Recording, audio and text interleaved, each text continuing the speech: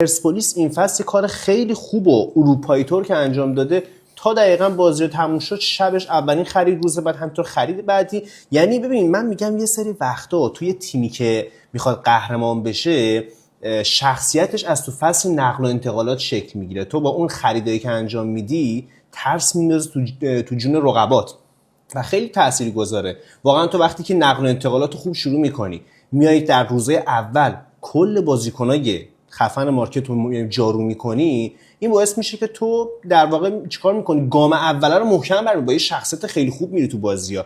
من فکر میکنم خیلی خوب استارت زد پرسپولیس نقل و انتقالات و از اشتباهات گذشتهش درس گرفت.